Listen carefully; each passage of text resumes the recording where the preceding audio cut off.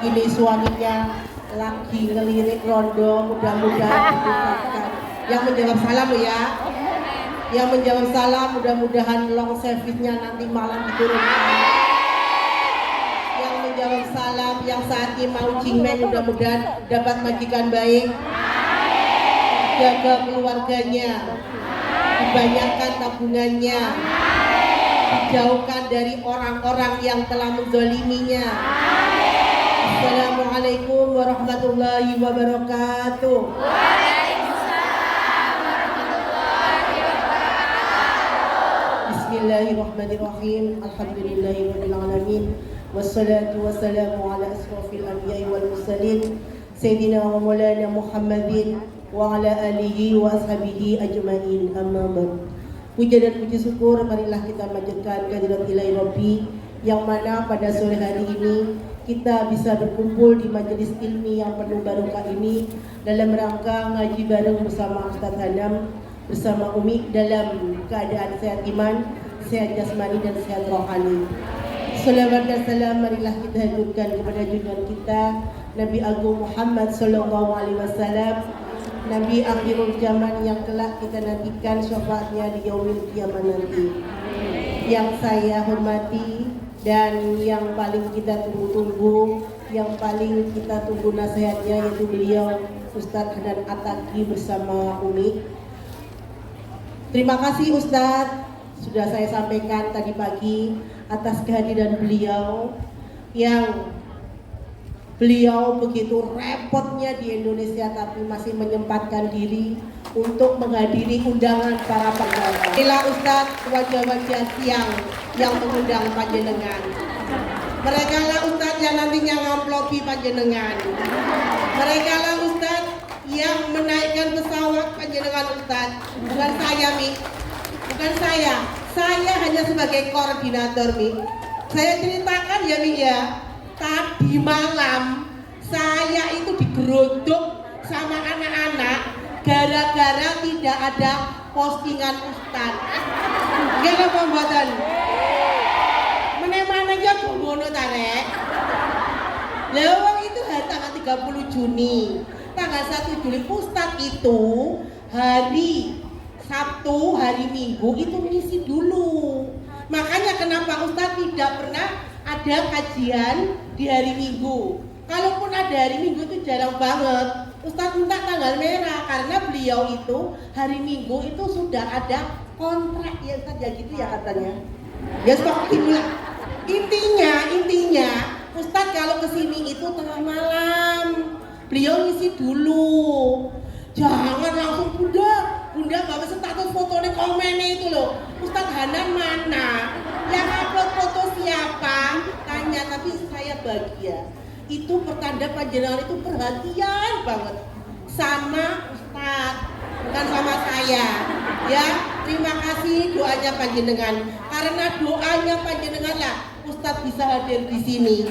Karena panjenengan lah Ustadz bisa duduk di sini. Nggih, doa panjenengan itu adalah musafir. Musafir itu Ustadz kobul Ustadz, ngalang-ngalain kiai doanya. Karena ini musafir terlalu lama. Yang intinya nggih, nanti itu Ustadz sesuai dengan temanya nggih. Temanya Ustadz itu tidak lain adalah kajian dari teman-teman yang memang langsung pada pusat nggih. Intinya kalau Ustadz Hanan di sini duduk kalau sendiri ya Ustadz itu suaranya lembut. Tapi sebenarnya itu yang paling gentle itu adalah istrinya. Ya, tadi kan ngomong Ustadz sebenarnya itu Umi tuh yang paling jos itu. Tapi emang kalah pamor. Umi itu utes gitu ya. Jadi lain kali mudah-mudahan kita bisa mengundang Umi, ya kan? Jadi para wanita biar kita bisa konsultasi yang lebih dalam. Hati wanita itu bagaimana? Ya Mi ya. Kalau ada Ustadz, mohon maaf ya Ustadz ya. Ya, tapi jangan gitu Ustadz orang-orang nanti udahlah nggak mau udah, nggak apa-apa. Yang penting kan saya itu kalau mau dapat Ustadz, ya satu, saya kuncinya itu Umi. Kalau Ustadz belum dapat, Umi saya odol-odol gitu.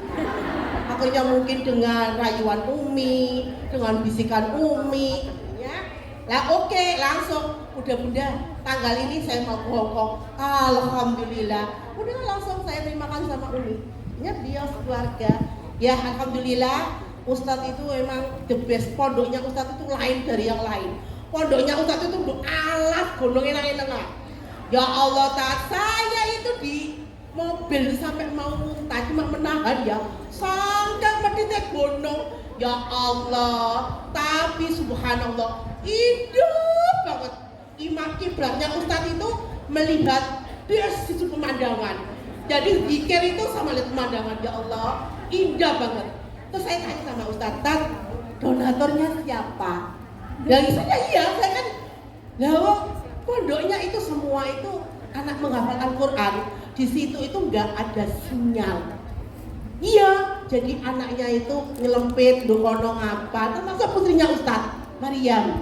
Terus di situ pokoknya api-api lah deh. Tenang, makanya di sini itu dengan hadirnya panjenengan secara tidak langsung itu turut membangun dan nitip wong hafid gini apa mboten? Di situ apa terus mau ke masjidnya Ustadz itu dikasih nama apa Ustadz? Namanya masjidnya itu Ustadz apa Ustadz? Apa saya? Duh keren banget apa nih? Apa nih? Nanti menjelaskan apa nih?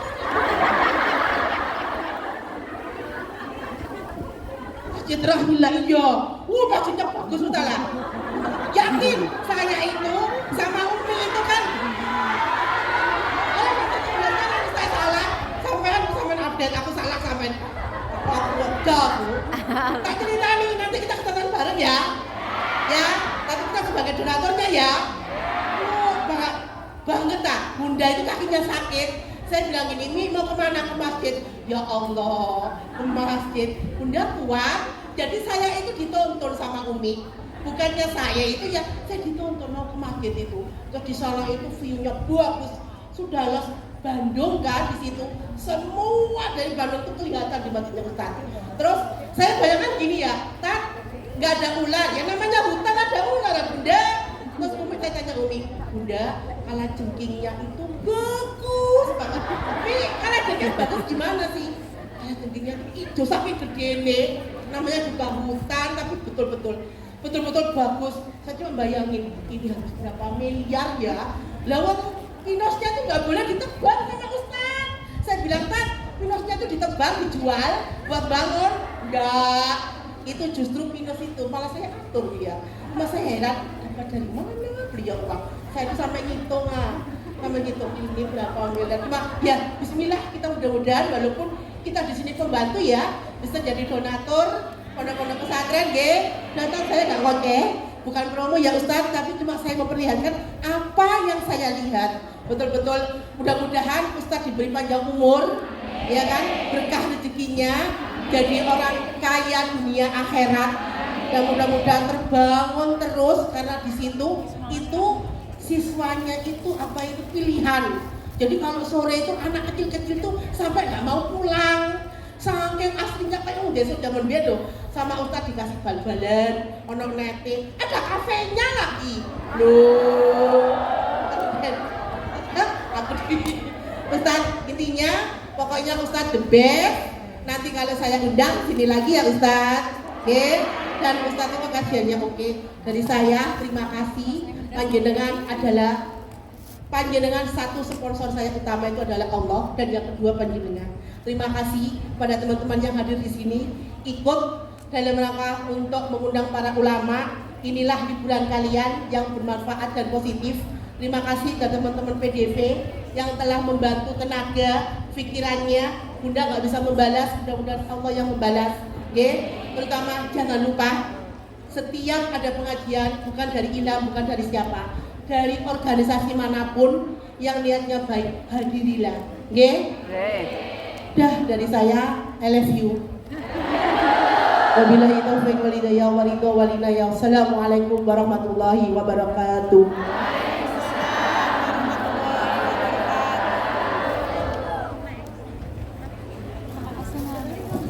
Iki MC-nya itu beter ya. Padahal dia itu teman sejauhan saya. Katanya nyekel mic, katanya gemeter. Ustadz, karena MC-nya tidak tahu namanya Ustadz, mohon Ustadz sama Umi untuk langsung beri kajian dari sampai jam berapa? 6. Nanti akhirnya nanti di akhir nanti ada tanya jawab ya. Oke, kepada beliau Umi. Kami persilakan Ustadz, mohon maaf. HP-nya ngocok apa yuk? Mulai HP semuanya lah.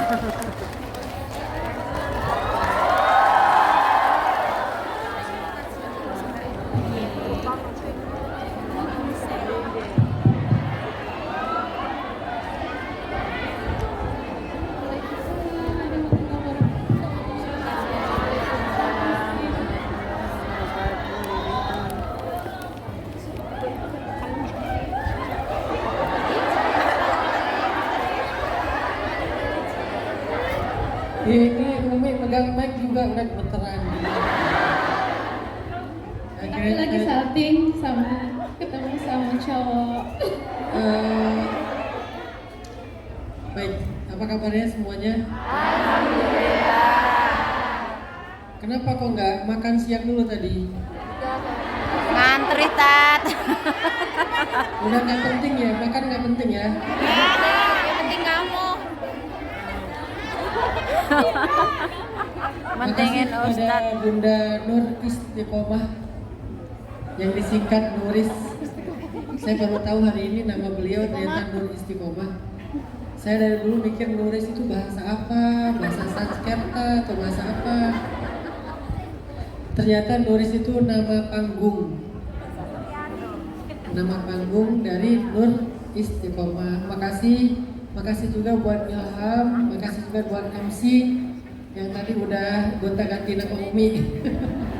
Pertama Hanan Akira, yang kedua Hanin Akari. Makasih buat semua teman-teman para mujahidah yang ada di Hong Kong.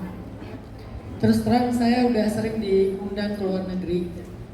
Saya pernah ngisi di Korea, saya pernah ngisi di Turki, di New Zealand, di Jepang, di beberapa negara.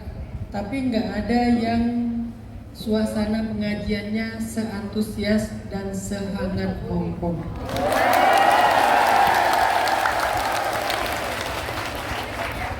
Padahal kalau mau dilihat di tempat lain itu kan ada mahasiswa, ada pekerja perawat, segala macam. Semuanya hebat, tapi nggak ada yang bikin saya ngerasa nyaman seperti ada di antara pejuang-pejuang yang lain. Udah ya Bun, bagian gombal-gombal ini udah dibalas. Next insya Allah Bunda Nuris akan mengisi tausiah di pesantren saya. Amin.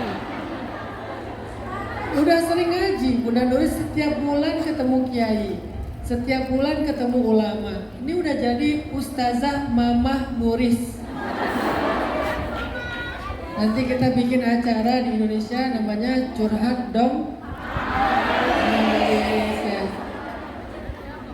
Baik, bismillahirrahmanirrahim. Assalamualaikum warahmatullahi wabarakatuh.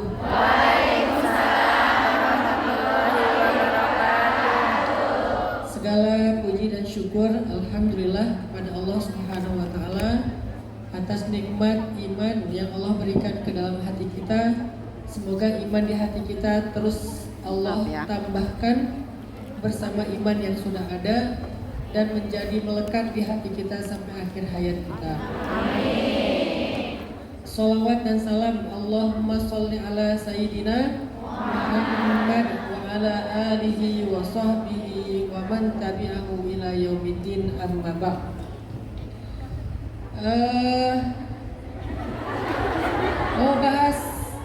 Mau bahas apa hari ini?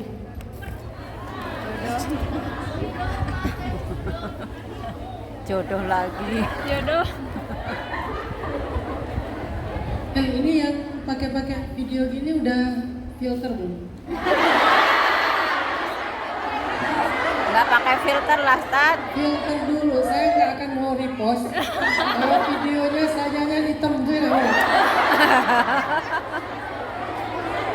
Yang pertama saya repost, yang paling sayanya putih. Nggak ada jerawatnya. Baik, hari ini kita akan bukan ya, serius ya. Hari ini kita akan mendengarkan tausiah dari Umi Hanin Akira sebetulnya. Cuman karena saya kata Bunda Nuris tuh sebagai penglaris,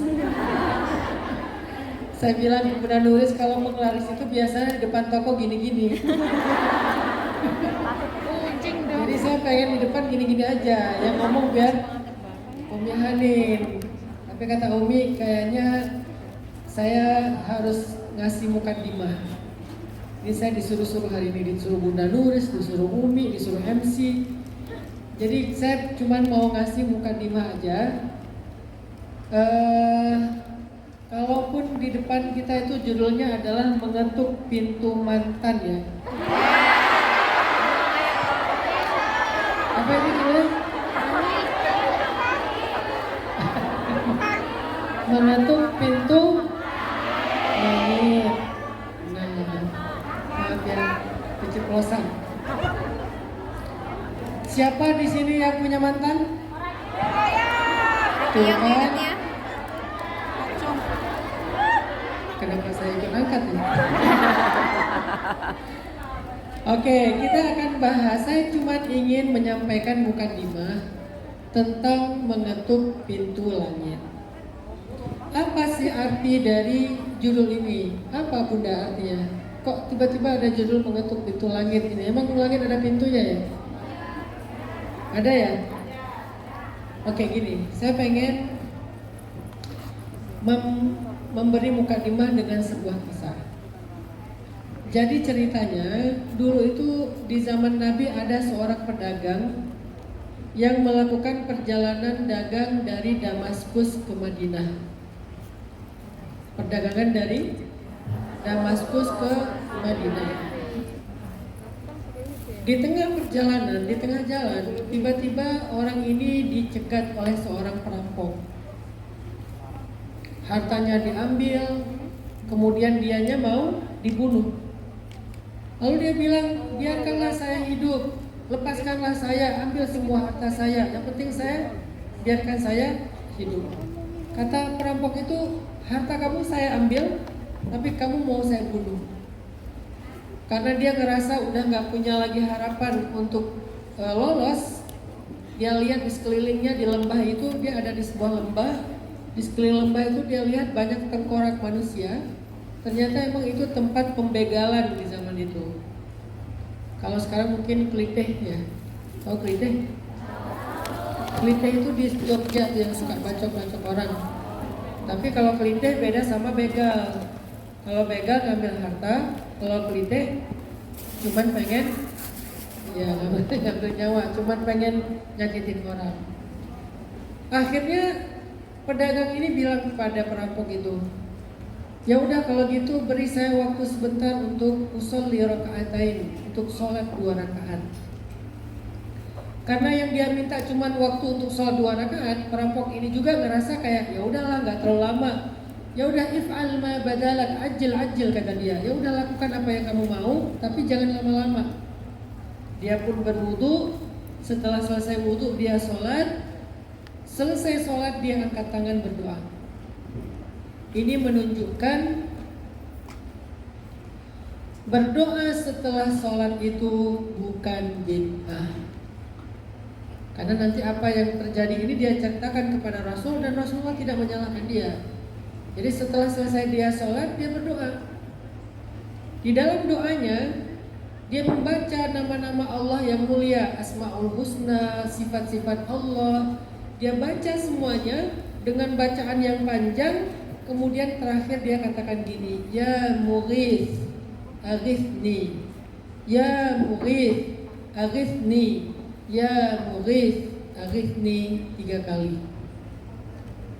Tiba-tiba ketika dia selesai membaca Ya Mughith Aghithni yang ketiga, maka datanglah seorang laki-laki penunggang kuda memakai pakaian putih, ikat kepala berwarna hijau dan dia membawa hirbah. Hirbah itu kalau bahasa sekarang adalah tombak. Dia datang dengan menunggang kuda yang larinya sangat cepat. Tiba-tiba dengan tongkat itu, dengan tombak itu dia memukul perampok dan perampok itu tersungkur. Kemudian laki-laki itu turun dari kudanya, dia datang kepada pedagang yang tadi sedang berdoa, dia serahkan tongkatnya atau tombaknya, dia katakan, "Kum faktulhu, bangun ambil tombak ini, bunuhlah perampok itu." Karena perampok itu sudah terkapar, tapi belum mati. "Kum faktulhu, sekarang ambil tombak ini, bunuh perampok itu." Kata laki-laki pedagang ini, "Ma qataltu nafsan qat wa ma tatayyaba nafsi liqatlih." Aku nggak pernah bunuh orang dan aku nggak suka bunuh orang, kata dia. Akhirnya diambil lagi itu tombaknya sama laki-laki ini, dia tancapkanlah di tubuh perampok sehingga perampok itu pun mati seketika. Setelah kejadian ini, pedagang yang tadi masih terduduk, dia bertanya kepada laki-laki penunggang kuda. Dia bilang, "Man an, kamu itu siapa? Kamu siapa? Kok tiba-tiba ada di tengah padang pasir? Kok tiba-tiba nolong saya? Kamu siapa?" Lalu kemudian penunggang kuda ini menjawab, "Ana malakun minas sama'its tsalitsah." Aku adalah malaikat dari langit ketiga. Ternyata malaikat beneran. Aku adalah malaikat dari langit ketiga yang diutus Allah untuk menolong kamu. Wahai pedagang, wahai fulan, ketika kamu mengucapkan ya mughith, aghithni yang pertama, ternyata langit itu berguncang. Langit berguncang. Kemudian para malaikat penduduk langit mengatakan, amrun hadath, amrun hadath, amrun hadath. Ada kejadian besar, ada kejadian besar, ada kejadian besar. Lalu kamu ucapkan lagi yang kedua, ya mughith, aghithni. Maka terbukalah semua pintu-pintu langit, seolah-olah daun-daun pintu langit itu bergesekan, terbuka semuanya. Lalu ketika engkau mengatakan ya mughith aghithni yang ketiga, turunlah malaikat Jibril. Kemudian malaikat Jibril berseru, wahai para malaikat, man lihadzal makruh, siapa yang mau menolong laki-laki yang sedang kesusahan ini? Semua malaikat mengangkat tangannya. Ana ya Rabb, ana ya Rabb, ya Allah tunjuk saya, ya Allah tunjuk saya. Akhirnya kemudian Allah menunjuk aku, katanya, sehingga turunlah aku untuk menolong kamu dengan perintah Allah Subhanahu wa taala. Dia turun menjelma sebagai laki-laki yang sempurna, mengendarai kuda, membawa tombak, dan dia langsung membunuh perampok tersebut. Sehingga kemudian laki-laki pedagang ini selamat. Dia pun melanjutkan perjalanannya ke Madinah, membawa barang-barang dagangannya yang utuh, gak ada sedikit pun yang berkurang. Sampai di Madinah dia ketemu dengan Rasulullah dan dia ceritakan kisahnya kepada Rasul. Berarti pedagang ini kalau udah bisa ketemu Rasul namanya sahabat. Berarti ini terjadi di zaman Nabi. Walaupun dia ketemu Nabi cuma sekali, tapi kalau ketemu dengan Nabi sekali walaupun cuma sedetik aja, itu masuk langsung kepada golongan sahabat Nabi. Dia ceritakan kisahnya kepada Nabi. Setelah dia menceritakan kisahnya kepada Nabi, Nabi bilang, ya fulan, wahai pedagang, sesungguhnya engkau telah mengetuk pintu langit dengan nama-nama yang mulia di antara nama-nama Allah. Maka Allah memberikan kepadamu pertolongan dari jalan-jalan yang tidak engkau duga. Nah pertanyaannya, apa yang dibaca oleh laki-laki ini? Kok sampai langit itu terbuka, langit itu berguncang, malaikat semuanya pada heboh. Kalau bahasa sekarang itu tiba-tiba dia trending di langit. Tiba-tiba dia viral di langit. Tiba-tiba dia masuk ke lambe malaikat. Lambe turah. Lambe malaikat itu artinya jadi pembicaraannya para malaikat ya. Kan ada lambe turah, ada lambe malaikat, ada lambe syariah. Apa itu lambe syariah? Gosip sambil zikir. Astagfirullah, gak nyangka ya, subhanallah. Sambil gibah, sambil zikir. Akhirnya dia viral di langit. Dia trending, dia viral, dia dibicarakan oleh para malaikat. bahkan malaikat semua berlomba-lomba pengen turun untuk nolong dia, yang kemudian Allah memerintahkan salah satu di antara malaikat itu yang dipilih menolong dia. Apa yang dia baca? Kok bisa doanya itu bisa mengguncang langit, mengetuk pintu-pintu langit? Ternyata yang dia baca adalah kalimat Asmaullahil Husna. Kemudian yang dia baca adalah Sifatullahil Ulya. Dia membaca dua kalimat yang agung, satu nama-nama Allah, dua sifat-sifat Allah. Sehingga siapa yang menghafal nama-nama Allah, kemudian dia baca di dalam doanya sesuai dengan tema doanya, lalu dia sebutkan kebesaran Allah dengan sifat-sifatnya, Allah Maha Tinggi, Allah Maha Kuasa, atau dia baca aja sifat wujud qidam baqa, Allah wujud qidam baqa mukhalafatu lil hawadisi biyahu bi nafsihi wahdaniyah qudrah iradah. Nah, artinya siapa yang gak usah sampai selesai nanti mau bisa sampai maghrib kita ya. Siapa yang menghafal sifat-sifat Allah, nama-nama Allah, kemudian dia baca di dalam doanya sebagaimana perintah Allah, sebutlah Allah atau sebutlah Asmaul Husna, mana saja di antara nama-nama itu yang kamu sebut, maka insya Allah itu adalah nama-nama yang bisa mengetuk pintu langit. Pertanyaannya sekarang, kalian kalau berdoa manggil Allah itu apa? Allah, apa lagi? Ya Rahman ya Rahim. Padahal yang diminta tentang mantan. Kalau tentang mantan manggilnya apa?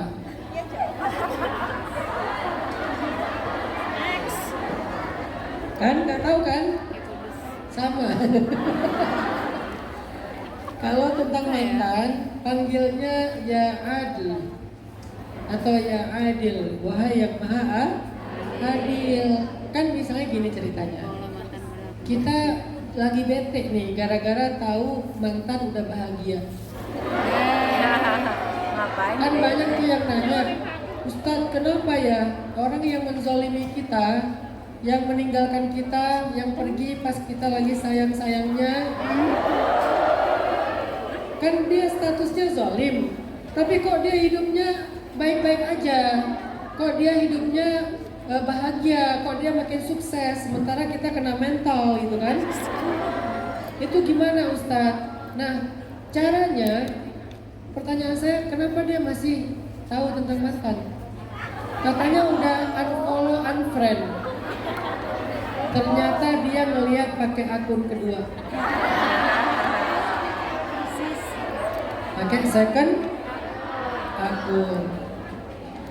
Oke, maksudnya gini, kalau kalian mau meminta sesuatu kepada Allah, cobalah minta dengan menyebut nama Allah yang sesuai dengan permintaan kalian. Itu rahasianya. Saya dulu ketika minta anak, ketika saya lagi umroh, saya pengen diberikan keturunan anak perempuan yang nanti saya kasih nama Aisyah. Akhirnya saya minta, ya Wahhab, wahai yang menganugerahkan, wahai pemberi anugerah. Selama saya di depan Ka'bah, zikir saya ya Wahhab, ya Wahhab, ya Wahhab, terus memanggil ya Wahhab. Ketika saya pengen bayar utang, karena saya punya utang, karena namanya orang usaha ya, kadang-kadang produksinya kita ke teman, ya biasalah ke teman pinjam dulu 100 gitu kan. Nah ada duit nih, pengen bayar utang nih, ya Razzaq, ya Razzaq, ya Razzaq. Ketika saya pengen memperluas jangkauan dakwah saya, pengen bikin tren di Indonesia supaya hijrah itu jadi tren, gimana caranya membuka banyak tempat untuk masuk dakwah? Akhirnya saya panggil ya Fattah, ya Fattah, ya Fattah. Ketika saya butuh diberikan lebih banyak anugerah dan kebaikan oleh Allah, saya panggil ya Karim, ya Karim, ya Karim. Artinya salah satu cara untuk mengetuk pintu langit dan langit itu akan berguncang untuk kita adalah dengan menyebut nama-nama dan sifat-sifat Allah yang mulia. Hasilnya dahsyat. Tapi challenge-nya kita harus hafal dulu nama-nama ini. Setelah menghafal kita pahami. Setelah dipahami dipakai sesuai dengan doanya. Dan memahaminya harus, karena kalau kita memanggil Allah tapi kita nggak paham apa makna dari nama ini, nanti panggilan kita nggak powerful. Saya yakin sekali Allah yang Maha Wahhab. Makanya saya yakin ketika memanggil Ya Wahhab, habli dzurriyyatan thayyibah, habli min ladunka waladan sholihan, atau apapun. Ya Allah ya Wahhab, pemberi anak keturunan, anugerahkanlah untuk saya keturunan, anak solih, anak solihah. Saya paham maksud dari kata-kata Ya Wahhab. Rabbana hablana, gitu kan? Hablana dari kata Wahhab. Min azwajina wa dzurriyyatina qurrata a'yun waj'alna lil muttaqina imama. Maka salah satu cara paling gampang mengetuk pintu langit adalah dengan menyebut dan memanggil nama-nama serta sifat-sifat Allah yang mulia. Satu kisah lagi. Mungkin kalian pernah dengar cerita nenek-nenek di zaman Nabi Musa. Pernah dengar kan? Jadi ceritanya ada seorang nenek, dia udah tua, nggak punya anak, tapi pengen punya anak. Maka kemudian dia datang kepada Nabi Musa bilang gini, ya Nabi Allah, ya Kalim Allah, wahai Nabi yang berbicara dengan Allah, mintalah kepada Allah agar Allah memberi saya anak. Saya belum punya anak, udah tua. Akhirnya Nabi Musa berdoa, ya Allah, ini ada nenek-nenek minta anak. Kemudian Allah bilang kepada Nabi Musa, Musa, sampaikan kepada nenek-nenek itu kalau dia takdirnya nggak akan punya anak, takdirnya.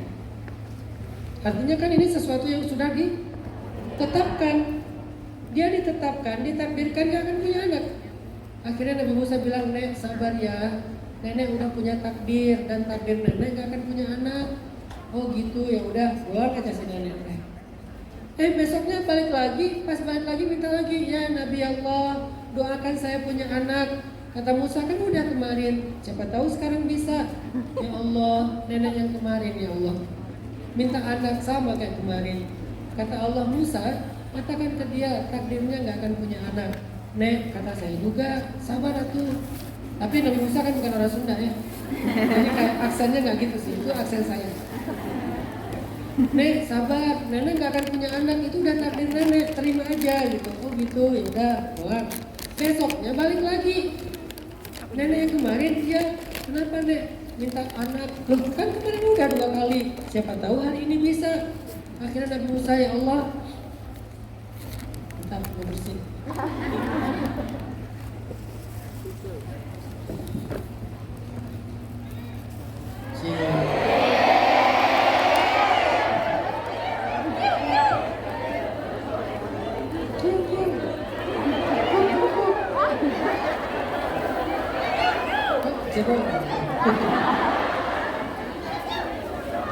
Sampai di mana tadi?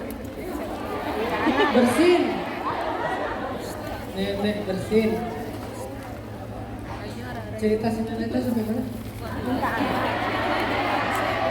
Oh ya, Nabi Musa doakan saya punya keturunan. Kan kemarin udah, siapa tahu hari ini bisa. Ya Allah, kata Nabi Musa, ini nenek yang kemarin lagi. Dan dia minta sesuatu yang sama. Kata Allah, Musa, sampaikan ke dia, takdirnya gak akan punya anak. Akhirnya Musa bilang, Nek, saya harus ngomong gimana ya? Kan nenek takdirnya gak akan punya anak. Ya udah, terima aja. Oh ya udah, pulang aja. Pulang gak balik-balik lagi dalam waktu berapa lama. Tiba-tiba setelah sekian lama datang-datang bawa bayi. Datang-datang si nenek teh bawa bayi. Ditanya sama Nabi Musa, ini nenek yang dulu kan? Ya. Ini siapa? Ini bayi saya, anak saya. Agak lain. Ini neneknya agak lain gitu kan ya. Loh, bayi gimana Nek? Maksudnya, ya bayi saya, anak kandung saya, anak biologis saya. Kok bisa ceritanya punya anak? Kan takdirnya gak akan punya anak. Ya udah, Nabi Musa tanya aja sama Allah. Akhirnya Nabi Musa tanya, ya Allah, gimana cerita si nenek-nenek itu punya anak? Kan kata Allah gak akan punya anak takdirnya. Wahai Musa, kata Allah, setiap kali dia pulang meminta anak, aku katakan dia gak akan punya anak. Sepanjang jalan dia memanggil aku dengan kata-kata, ya Rahim irhamni, ya Rahim irhamni, ya Rahim irhamni. Rahim, kenapa kandungan dalam bahasa kita dikenal dengan istilah Rahim? Karena itu rahmah dari Allah. Dan Allah yang memberikan rahmah itu namanya Ar-Rahim. Sehingga nenek ini memanggil, ya Rahim, kasihanilah saya. Ya Rahim, kasihanilah saya. Maksudnya, kalau saya mati gak punya anak, siapa yang akan mengurus saya? Siapa yang akan mendoakan saya? Ya Rahim, kasihanilah saya. Sepanjang jalan, sepanjang hari, berminggu-minggu, berbulan-bulan, wahai Musa, dia terus memanggil namaku, ya Rahim, ya Rahim, ya Rahim, ya Rahim. Maka wahai Musa, ketahuilah sesungguhnya dengan rahmatku aku rubah takdirnya sehingga dia menjadi punya anak. Coba bayangkan, takdir udah ditetapkan. Kalau dalam hadis istilahnya, pena sudah diangkat, kertas sudah kering. Artinya nggak bisa dirubah. Tapi Allah Maha Kuasa atas segala sesuatu. Dengan panggilan ya Rahim, ya Rahim, ya Rahim, wahai yang memiliki rahmah, akhirnya kata Allah, dengan rahmat itulah aku merubah takdirnya wahai Musa. Itulah dahsyatnya mengetuk pintu langit. Sekarang pertanyaannya, apa hajat kita? Apa hajat kalian? Kalau kalian cuma mengetuk pintu akun media sosial, minta di fallback, minta di repost, minta misalnya di like ya, minta komen, minta share, minta subscribe, minta FYP dan segala macam, kita kadang-kadang akan kecewa. Karena yang kita ketuk itu adalah pintu-pintu manusia, namanya pintu digital. Atau kita ngetuk pintu manusia lewat japrian, kita WA teman kita, WA keluarga kita. Kadang kita juga diabaikan. Kadang-kadang WA-nya ketumpuk gak dibalas-balas. Bunda Nuris sering komplain sama saya, gara-gara WA-nya 2 bulan sekali baru dibalas. Bukan saya menganggap Bunda Nuris gak penting sih, karena Bunda Nuris nge-WA pas saya lagi ngajar. Begitu saya buka, udah ketumpuk tuh. Sehari kan WA-nya bisa masuk ratusan. Jadi begitu yang di WA gak dibaca, ketumpuk, akhirnya lupa dalam waktu yang lama. Tiba-tiba Bunda Nuris ngebujuknya lewat Umi Hanin. Kalau Umi Hanin yang WA, walaupun ketumpuk dia muncul lagi. Apa sih? Oke. Jadi maksudnya kalau kita ketuk pintu manusia, pintu digitalnya, pintu sosial medianya, kita bakal kecewa. Kita mengetuk pintu rumahnya, kita bakal kecewa. Satu-satunya pintu yang diketuk tidak mungkin gak dibuka adalah pintu rahmat Allah. Pintu manusia kadang dibuka, kadang ditutup. Ketika dia ngerasa kepayahan, dia tutup. Ketika dia ngerasa capek, dia tutup. Ketika dia ngerasa terganggu, dia tutup. Sedangkan Allah, la ta'khudhuhu sinatu wa la naum wa la ya'uduhu hifdhuhuma. Jadi gak pernah ngantuk, gak pernah lelah, gak pernah capek. Apa alasan Allah untuk menutup pintu itu? Gak ada. Karena Allah tuh maha kuasa. Udah gitu maha baik. Sedangkan manusia kadang baik, kadang jengkelin ya. Kadang dia baik banget kayak malaikat, tiba-tiba jadi ya gitu deh. Jadi artinya kalau kalian mau hidupnya mudah, belajarlah tentang gimana cara ngetuk pintu langit. Karena kita tahu banget cara ngetuk pintu bumi, tapi nyatanya sering mengecewakan. Sekarang saatnya kita belajar mengetuk pintu langit. Pintu bumi itu termasuk pintu hatinya. Gimana caranya biar dia berkenan sama kita, mau sama kita, mau komitmen dengan kita. Kadang kita mengecewakan. Ketika kita ketuk pintu hatinya, dia malah memberikan hati itu kepada orang lain. Maka ketuklah pintu pemilik hatinya. Bukan pintu hatinya, tapi pintu pemilik hatinya. Karena hati bukanlah milik kita, tapi milik Allah. Jadi apapun hajat kalian, belajarlah tentang gimana cara mengetuk pintu langit. Salah satu cara mengetuk pintu langit yang paling dahsyat adalah dengan memanggil nama-nama Allah yang mulia. Allah Ar-Rahman, Ar-Rahim, sifat-sifatnya yang mulia, panggil dengan panggilan yang panjang berkali-kali, nanti kemudian terakhir baru minta. Jadi doa itu jangan template, jangan standar-standar aja, asal angkat tangan, Rabbana atina fid dunya hasanah wa fil akhirati hasanah. Itu kan template. Udah gitu nggak ada muji-muji Allahnya, nggak ada sholawat-sholawatnya. Makanya kalau kalian mau mengetuk pintu langit, dan itu kunci dari segala urusan hidup kita, segala hajat kita. Saya nggak mau terlalu spesifik urusan masalah cinta-cintaan doang ya. Apapun masalah hidup kita, sedarurat apapun kondisi kita, seprihatin apapun keadaan kita, sekuatin apapun hati kita, bahkan kalian mengalami anxiety disorder sekalipun, serangan kecemasan sekalipun, nggak ada yang akan dikecewakan oleh Allah jika pintu-pintunya diketuk oleh hambanya. Maka ketuklah dengan Asmaul Husna, dengan sifat-sifat Allah yang mulia, kemudian selawat kepada Nabi, baru yang terakhir kalian minta ya Mughith aghithni. Jadi doanya nggak panjang di situ, cuma satu kata ya Mughith aghithni, cuma satu kalimat pendek. Yang panjang apa? Asmaul Husnanya. Yang panjang apa? Muji-mujinya. Ini dingin banget. Dia.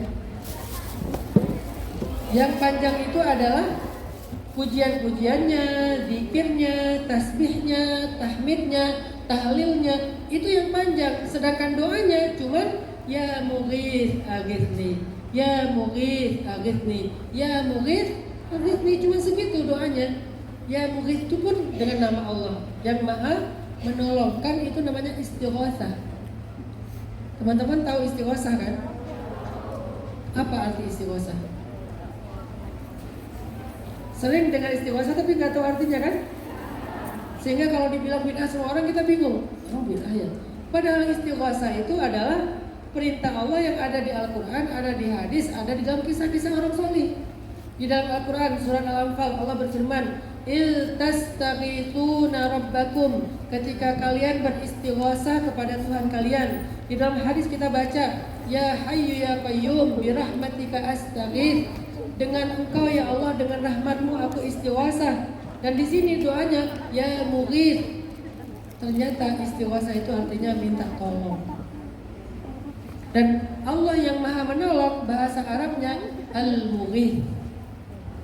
Asmaul Husnanya Al-Mughith. Jadi kalau kalian sedang ngerasa takut dizolimi oleh tuan kalian atau oleh siapa istilahnya di sini? Majikan. Istilahnya majikan atau bos atau mungkin keluarga tempat kalian berjuang misalnya, khawatir, maka panggillah Sang Maha Penolong, ya Mughith, ya Mughith, berguncang itu langit untuk kalian. Jadi emang doanya nggak panjang, cuman ya Mughith aghithni, yang panjangnya puji-pujian kepada Allah. Mudah-mudahan prolog mukaddimah ini bisa menjadi sebuah insight, menjadi sebuah penjelasan supaya teman-teman di Hong Kong, para pejuang-pejuang hebat ini nggak lagi khawatir untuk segala hajat-hajatnya, karena ada yang Maha menunaikan hajat kalian dan Dia bisa apa aja, dan Dialah Allah Subhanahu wa Ta'ala. Yang penting kalian tahu sekarang gimana cara mengetuk pintu langit. Nah sekarang kita masuk kepada materi inti. Tadi itu cuma mukadimah. Nah materi inti ini akan disampaikan oleh Ustazah Umi Hanin Akira. Silakan Umi Hanin. Bismillahirrahmanirrahim. Terima kasih Ustaz Hanan. Assalamualaikum warahmatullahi wabarakatuh.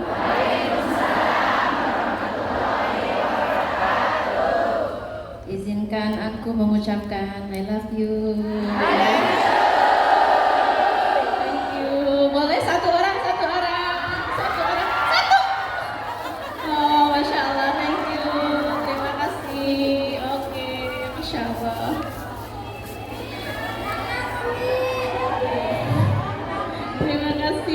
terima kasih, Masya Allah. Alhamdulillah, mungkin aku pribadi nggak kenal satu-satu ya, tapi insya Allah kamu nggak pernah jadi orang asing buat aku. Insya Allah kita akan berjumpa selalu di dalam majlis cinta, majlis cinta di dunia maupun di akhirat. Amin ya rabbal alamin. Iya, jadi luar biasa ya tema yang disampaikan Ustadz Hanan, mengetuk pintu langit gitu. Dan ternyata aku juga dibisikin sama Bunda Nuris sebuah tema yang titipan gitu ya. Katanya mengetuk pintu cinta. Boleh aku bicara cinta?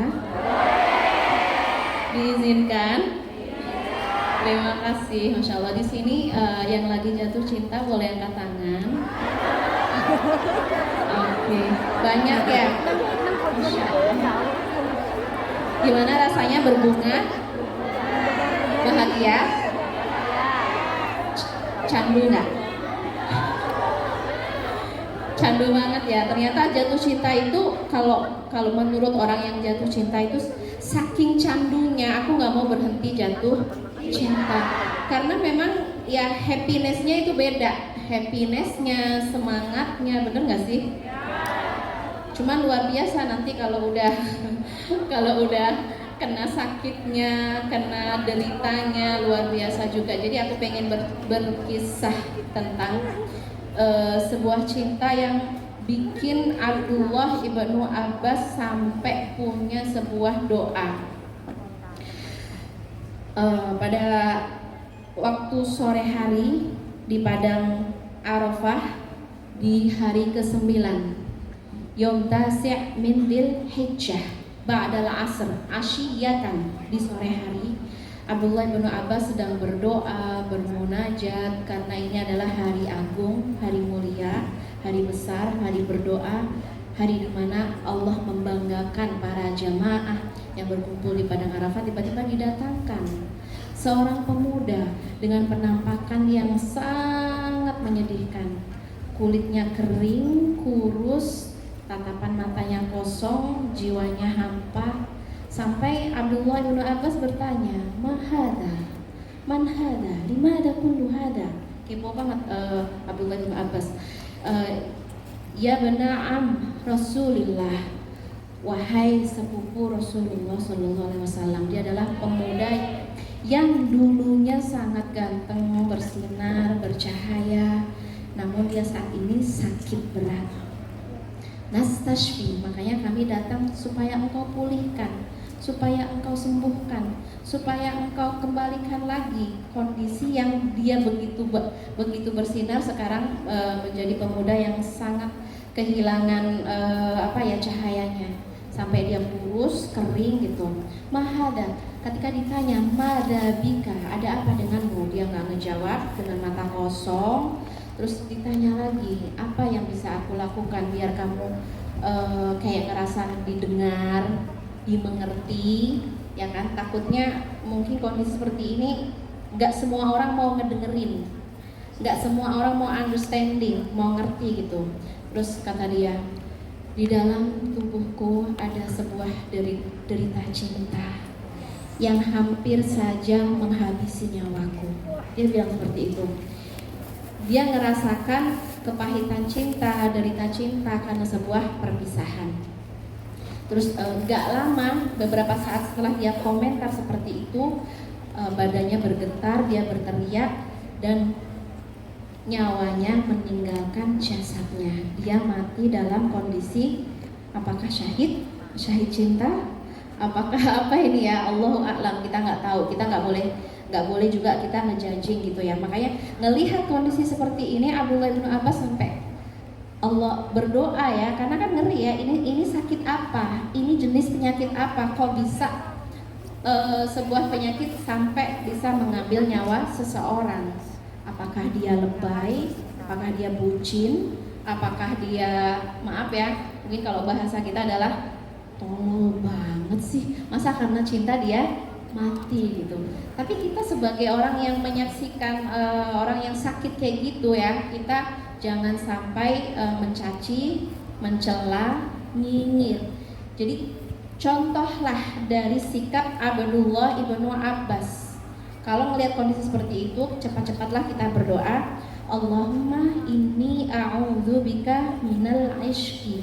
Ya Allah, jauhkan aku dari musibah cinta, derita cinta, brutalnya rasa rindu, ya, kepedihan cinta, perihnya cinta, karena itu real, nggak semua orang ngerasain, makanya ya biasa aja gitu, yang tidak merasakan. Bahkan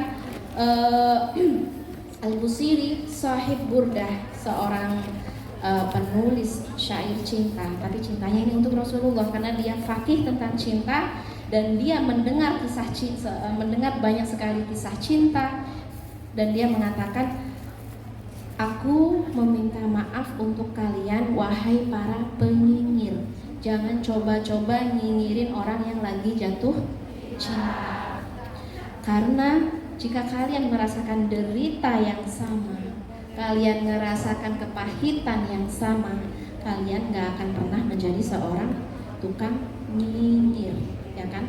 Jadinya jangan pernah kalian juniper, julid, nyinyir dan ngebaperin orang yang sedang jatuh cinta. Oke, Masya Allah. Jadi memang kondisi orang jatuh cinta itu secara umum ya. Ini contoh cowok, yang cewek siapa? Zulaiha. Zulaiha itu perempuan cantik, sudah ada suami, dia punya posisi, dia seorang tokoh perempuan ya di negerinya ya. Tapi ketika dia jatuh cinta, apa yang terjadi? Dia kehilangan akalnya, dia kehilangan maksudnya ya dia nggak lagi memikirkan tentang status dia, nggak lagi memikirkan apapun, yang penting jatuh cinta, karena katanya orang jatuh cinta itu beneran udah jadi batu. Say, dia itu aslinya pelit banget tuh, nggak apa-apa, yang penting aku cinta. Say, dia complicated, sadar nggak sih? Sadar sih, bener, dia complicated, tapi aku udah jatuh cinta. Say, tahu nggak? Dia itu misalnya ya main belakang, iya sih, tapi aku udah jatuh cinta. Say, pokoknya semua yang kita ucapkan kayak udah mental. Begitu kondisi orang yang jatuh cinta. Makanya kalau para perempuan di zaman Zulaiha ya, mereka nyebut Zulaiha apa coba? Qad syaghafaha hubba. Dia benar-benar telah tertutup akalnya, tertutup jiwanya, tertutup. Yang dia tahu hanya Yusuf ya. Yang dia ingat hanya Yusuf. Memori dia, kenangannya, pikirannya, ilusinya, imajinasinya, pagi siang malam, semuanya hanya tentang Yusuf. Karena memang kalau orang jatuh cinta ini yang kena adalah pikiran. Coba teman-teman yang sedang jatuh cinta, apa kabar sholatnya? Apa kabar sholatnya? Apakah full bisa fokus atau kamu kembali lagi kepada si dia? Apa kabar pagi siang malamnya? Ya pagi siang malam dia kepikiran, ngapain aja dia kepikiran. Jadi kayak benar-benar orang jatuh cinta ini butuh sebuah healing ya, sebuah kayak kesadaran gimana ini untuk kembali lagi, karena nggak fitrah perempuan atau fitrah siapapun, kita itu fokus kepada Allah Subhanahu wa Ta'ala. Tapi ketika kita sudah berubah fokus, ya ini sudah enggak fitrah lagi. Nah, ini kita belajar tentang self control. Ya, kita ingat lagi tentang self integrity, self love, self respect. Kalau kita kehilangan 4 hal ini ketika kita jatuh cinta, maka kita akan bernasib seperti orang-orang yang ya mungkin inna sholati wa nusuki wa mahyaya wa mati lil habib, untuk kekasih aku. Jadi pikiran dia sholatku, nusukku, kehidupan aku, pagi siang malamku hanya untuk orang yang aku cintai. Jadi nasihat apapun, pertimbangan apapun nggak pernah bisa dia dengarkan. Jadi caranya gimana? Kalau Rasulullah Shallallahu Alaihi Wasallam memberikan nasihat kepada kita bahwa Tidak ada satu solusi yang paling tepat untuk orang yang saling jatuh cinta kecuali bertemu. Salah. Kecuali apa? Kecuali nikah, say. Nikah ya, nikah. Kalau cuma bertemu kamu nggak akan sembuh, kamu akan tetap sakit. Ya. Yang sudah menikah, coba angkat tangan. Insya Allah sudah sembuh sakitnya. Kenapa? Sudah belum ketemu lagi. Yes, benar banget. Karena orang yang saling jatuh cinta itu dia bisa melampaui apapun ya, dengan kalimat, dengan pikiran kita meskipun jauhan secara fisik, tapi secara emosi, secara jiwa kita selalu ingin bertaut, selalu ingin berjumpa, selalu ingin ketemu. Nah ini bagus kalau sudah halal. Apa kabar kalau masih cinta terlarang? Ya kan? Apa kabar kalau masih cinta yang haram? Ini pasti sulit banget. Makanya self control. Jadi observe. Jadi orang jatuh cinta itu kalau kita nggak pandai observe, nggak pandai observe itu meneliti diri aku. Kenapa aku jatuh cinta? Awalnya ini apa? Ada yang bilang, Umi, aku nggak tahu. Aku jatuh cinta ini kenapa? Jatuh cinta ini dari Allah kah? Dari iblis kah? Dari siapa coba jatuh cinta itu?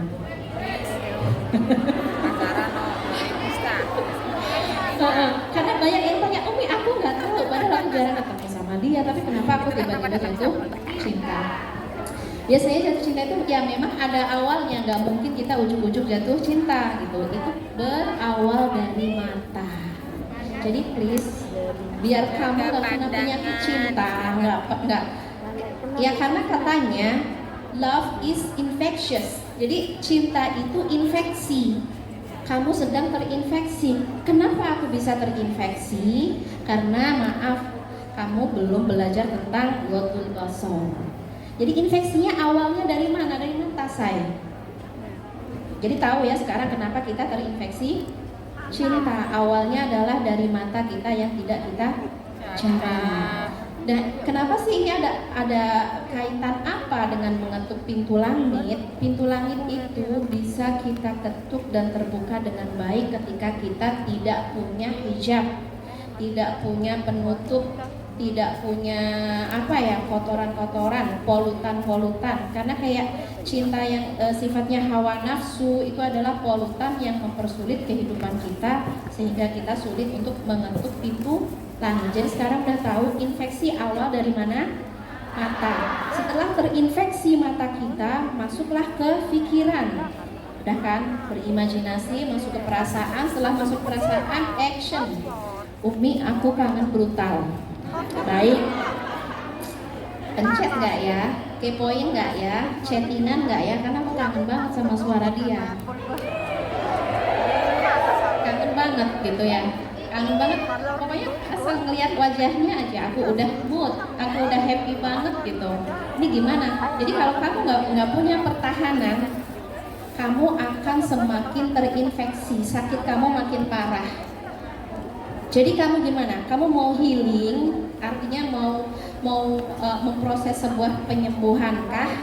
Atau sebaliknya kamu semakin terinfeksi? Karena kalau sudah terinfeksi tadi ujungnya sampai penderitaan mental, penderitaan emosional, penderitaan fisik itu dirasain semua. Cuman gara-gara infeksi mata. Makanya kalau Rasulullah SAW mengajarkan ya bahwa ghadul basar ini salah satu kunci kita berjumpa dengan Allah. Salah satu kunci kita ma'iyatullah, punya kebersamaan dengan Allah. Semakin kita menjaga pandangan kita, menjaga hasrat kita, menjaga gejolak yang kita miliki, maka insya Allah yang menjaga Allah maka dia akan dijaga. Ihfadillah, Allah yahfaduka. Ihfad al-basar, Allah yahfaduka. Ihfad al-afkar, Allah yahfaduka. Jadi ini kuncinya adalah ngejaga. Oke, jadi kita harus benar observe kenapa awalnya aku terinfeksi gara-gara nggak godul basor. Setelah itu kenapa aku kangen karena aku nganggur misalnya ya. Nganggur kita hari ini kurang zikrullah. Salah satu yang diajarkan oleh Ustadz Hanan tadi ya, mengetuk pintu langit dengan berbagai cara. Di antaranya adalah Asma'ul Husna, membaca nama-nama Allah yang indah. Maka kita bisa shifting ya dari memuja hamba, ya kan, kayak orang jatuh cinta kan kita puja terus ya, semua dari ujung atas sampai bawah itu kita puja, topinya, stylenya, senyumnya, gitu kan. Terus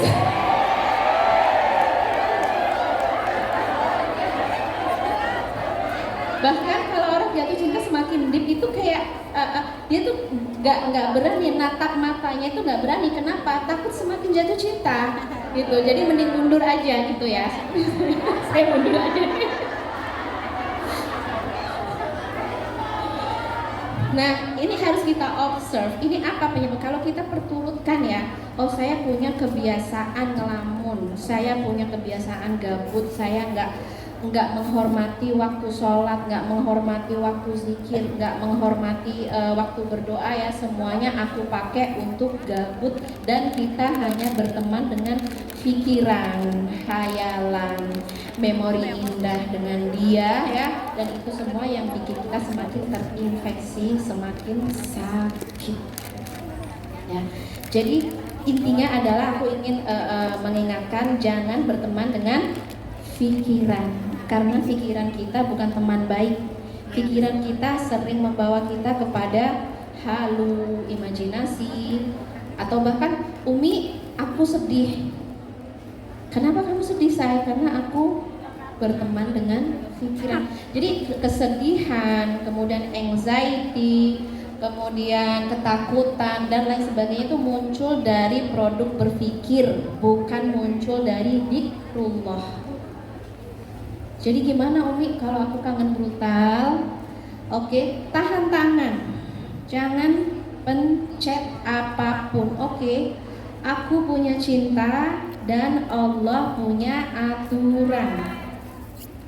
Aku punya cinta dan Allah yang punya masa depan. Untuk apa semua kangen ini kalau ujungnya adalah perpisahan? Enggak.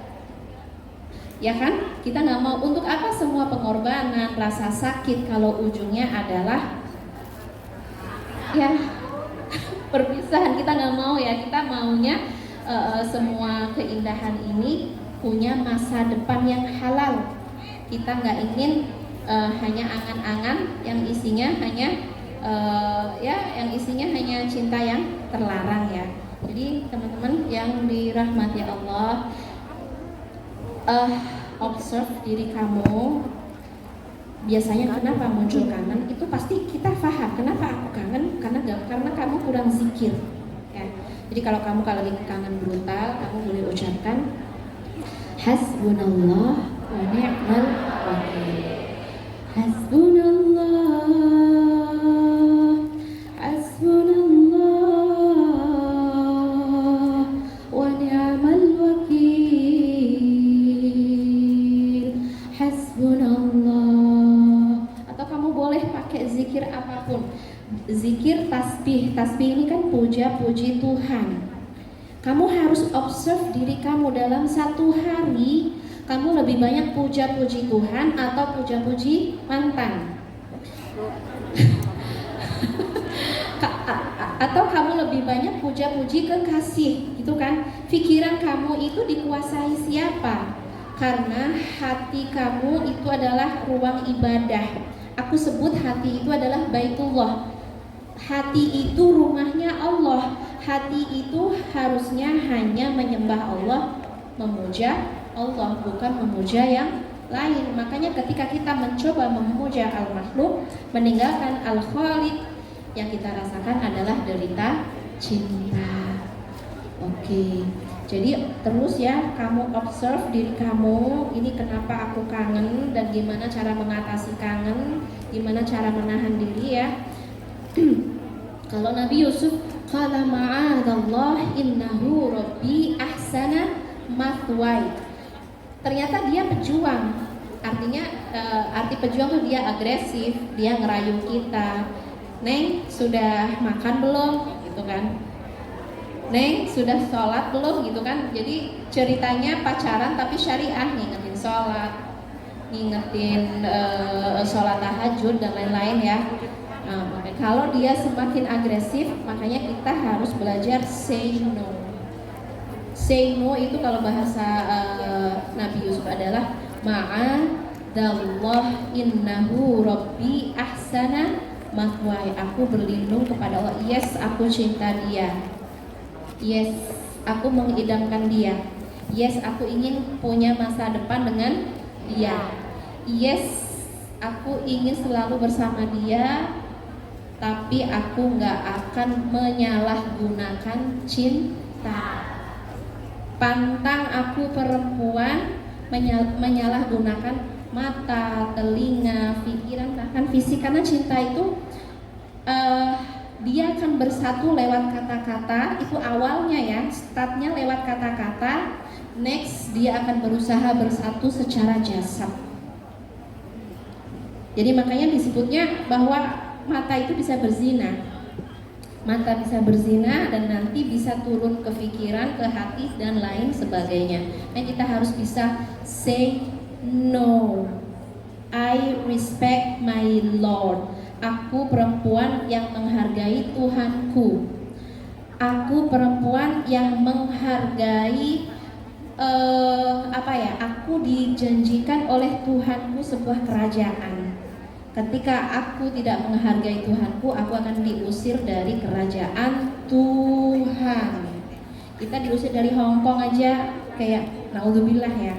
Apalagi kalau kita nanti diusir dari kerajaan Tuhan gara-gara perbuatan-perbuatan yang tidak diridhoi oleh Allah Subhanahu wa taala. Mencoba untuk mendengarkan bimbingan Allah, mendengarkan mendengarkan bimbingan, melihat hidayah dari Allah supaya kita bergerak bukan karena hawa nafsu, tapi kita bergerak karena bimbingan dari Allah Subhanahu wa taala. Oke, teman-teman yang dirahmati Allah, tentang cinta ini kalau kita selalu mendengarkan hawa nafsu, maka kita akan menjadi perempuan yang merugi dan tidak berhasil mencapai cita-cita kita. Karena cita-cita kita, Umi, aku pengen seperti Sayyidah Maryam, aku pengen seperti Sayyidah Khadijah, aku ingin seperti Sayyidah Aisyah, aku ingin seperti Sayyidah Asiyah. Dan semua perempuan-perempuan hebat ini meniti jalan kesucian, mensucikan pikiran, mensucikan emosi, mensucikan jiwa ya. Innallaha astafaki wa tahharaki wastafaki ala nisa'il alamin. Sesungguhnya ketika kamu jatuh cinta, Allah bukan ingin membuatmu masuk ke neraka, tapi justru Allah ingin meningkatkan derajat kamu, perempuan terpilih. Jatuh cinta tapi tetap menjaga kesucian, jatuh cinta tapi tetap bisa menghormati Tuhannya, menghargai Allah, menghargai aturan-aturan Allah Subhanahu wa taala. Karena memang cinta ini sesuatu yang rasa yang nggak bisa kita bendung, tapi kita bisa ngebendung action kita. Kita bisa say no untuk hal-hal yang haram. Oke, innallaha astafaki wa tahharaki wastafaki ala nisa'il alamin. Cita-citaku menjadi perempuan pilihan Tuhan. Kita belajar mensucikan semuanya ya, supaya ya benar-benar kalau kita nggak punya role model, kita akan mengikuti semua keinginan kita tanpa ada filter, tanpa ada saringan apapun gitu. Jadi untuk teman-teman yang ini udah banyak banget ya pertanyaan-pertanyaan, entah seputar cinta atau entah seputar apapun. Kenapa ini penting menjadi pembahasan?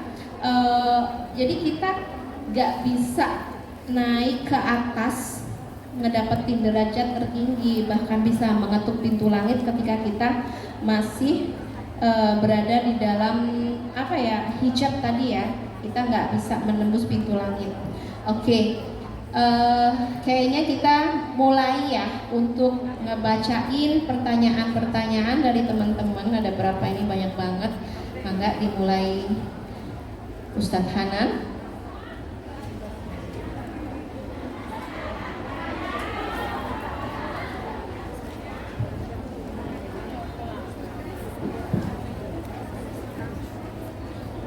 Terima kasih Umi Hanin untuk nasihat tentang fikih cintanya. Apa kesimpulan dari nasihat Umi tadi? Cinta itu berasal dari kan iblis lagi ya. Cinta berawal dari mata. Maka pelajaran pertama untuk menghentikan cinta-cinta yang apa istilahnya brutal, cinta-cinta yang liar, maka mulailah dari menjaga pandangan. Jangan di-save fotonya, jangan dimasukin ke folder, jangan jadi wallpaper, jangan di-like, karena nanti secara algoritma muncul lagi. Baik teman-teman yang dirahmati Allah SWT, sebelum kita masuk ke sesi tanya jawab, saya harus memilih dulu, ini terlalu banyak ya pertanyaannya.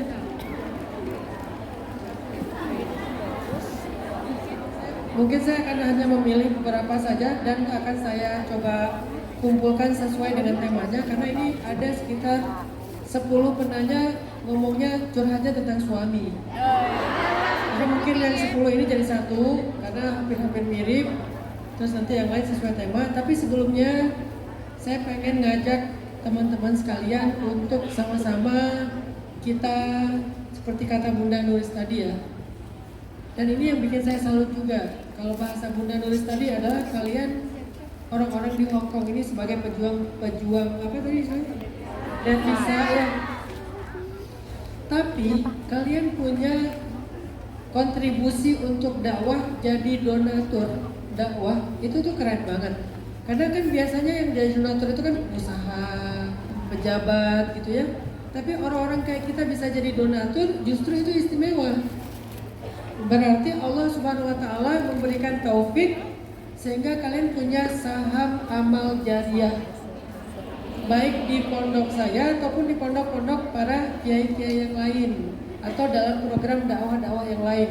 Bahkan yang sebelumnya ketika saya kesini, donasi dari kalian itu kita kirim ke Gaza, ke Palestina. Sehingga insya Allah kalian gak termasuk orang yang diam aja melihat kejahatan yang luar biasa yang terjadi di Palestina. Insya Allah rezekinya berkah. Karena rezeki itu ada 3 teman-teman. Rezeki itu ada 3. 1 adalah rezeki yang habis, 2 rezeki yang bertahan, dan 3 adalah rezeki yang menguntungkan. Rezeki yang habis itu apa? Rezeki yang kita makan. Rezeki yang bertahan itu apa? Rezeki yang kita wariskan kepada anak-anak kita. Tapi rezeki yang menguntungkan adalah rezeki yang kita infakkan fisabilillah. Maka berikan porsinya masing-masing. Ada yang memang harus kita habiskan untuk kebutuhan kita, ada yang memang kita tabung untuk kebutuhan kita di masa depan dan keluarga kita. Tapi ada yang kita butuhkan nggak sekarang, tapi nanti di akhirat kita butuhkan itu. Atau sebetulnya juga bermanfaat untuk dunia kita. Nah, rezeki itu adalah rezeki yang kita infakkan di jalan Allah. Maka sekarang saya pengen ngajak teman-teman semuanya menyisihkan sebagian harta kita. Saya kalau ngajak kepada sesuatu itu bukan cuma narasi ya. Insya Allah saya juga dalam proyek dakwah itu juga ikut berdonasi. Walaupun saya yang memprogram, saya ikut jadi tukang juga, saya juga yang mendesain pesantrennya, saya ngajar juga di situ, ikut juga insya Allah berdonasi di situ. Jadi dengan apa yang kita miliki kita membantu agama Allah. Rahasianya cuma satu aja, motivasinya buat saya. Siapa yang membantu agama Allah, Allah akan membantu hidupnya. In tansurullaha yansurkum. Jadi kalau kita punya masalah dalam hidup, pengen dibantu Allah, caranya adalah bantu agama Allah. Itu akad dengan Allah itu in tansurullah yansurkum. Kalau kamu tolong Allah, Allah tolong kamu. Jadi siapa di antara kita yang lagi butuh pertolongan Allah, maka tolong agama Allah. Cara menolong agama Allah adalah salah satu yang paling gampang, berinfak untuk dakwah ilmu agama Allah. Untuk itu saya serahkan ke Bunda Nuris untuk memimpin program ininya kan. Nah, Oh, mana aku bundanya? Alhamdulillah, sesuai dengan maturnya Ustaz tadi, ikhlas Bapak Mboten. Jadi yang Bunda ngomong tadi loh, yuk kita bersama-sama yuk ya menempelkan nitip ke pesantrennya Ustaz ya. Berikan yang terbaik serempak ya, kami selawatan Bismillahirrahmanirrahim. Allahumma sholli ala Muhammad. Sallallahu